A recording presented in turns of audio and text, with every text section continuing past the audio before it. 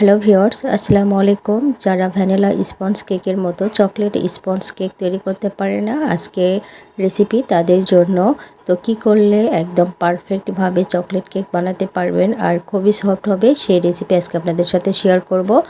তো কেকটি তৈরি করার জন্য প্রথমে আমি শুকনো উপকরণগুলো নিয়ে নিচ্ছি। এখানে আমি 1/3 কাপ পরিমাণ নিলাম ময়দা, 1 টেবিল চামচ পরিমাণ কোকো পাউডার, হাফ চা চামচ পরিমাণ বেকিং পাউডার আর 1 টেবিল চামচ পরিমাণ নিয়েছি কর্নফ্লাওয়ার। তো শুকনো উপকরণগুলো আমি চেলে নিচ্ছি।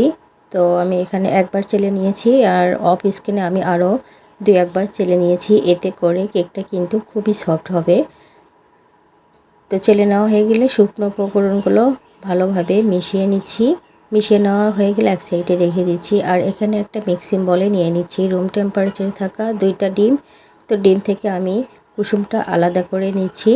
আর আপনাদের ডিমটা যদি ফ্রিজের হয় তাহলে অবশ্যই আধা ঘন্টা আগে ফ্রিজ থেকে নামিয়ে তারপর কেকটা তৈরি করবেন।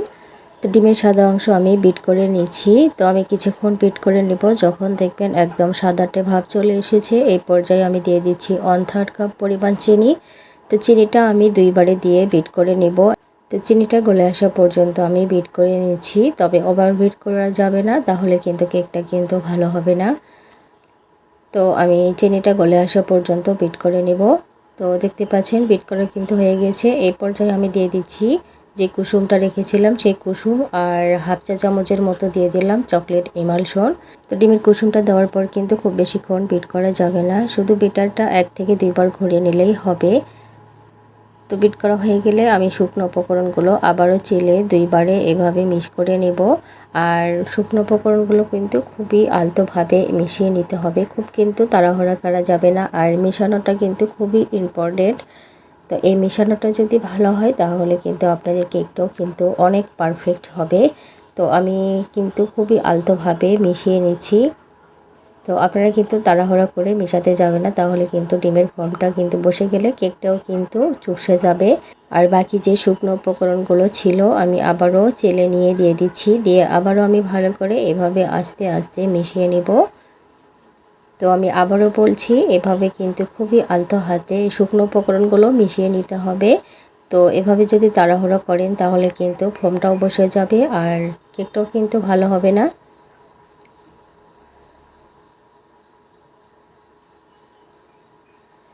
তো আমার মিশানো হয়ে গেছে। তো আমি একটা স্প্যাচুলা দিয়ে দেখিয়ে দিচ্ছি বেটারের ঘনত্বটা কেমন হবে। তো আপনারা দেখেই বুঝতে পারছেন যে বেটারের ঘনত্বটা একদম কিন্তু থকথকে হয়েছে।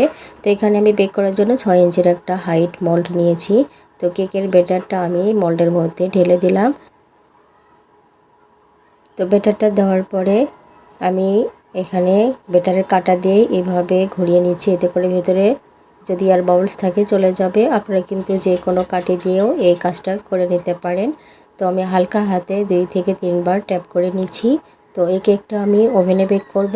আর ওভেনে আমি 160 ডিগ্রি সেলসিয়াসে 25 মিনিট বেক করে নিয়েছি। আর 25 মিনিট পর আমি ওভেন থেকে বের করে ঠান্ডা করে নিয়েছি। তো কেকটাকে আমি আপনাদেরকে দেখিয়ে দিচ্ছি যে কেমন পারফেক্ট হয়েছে।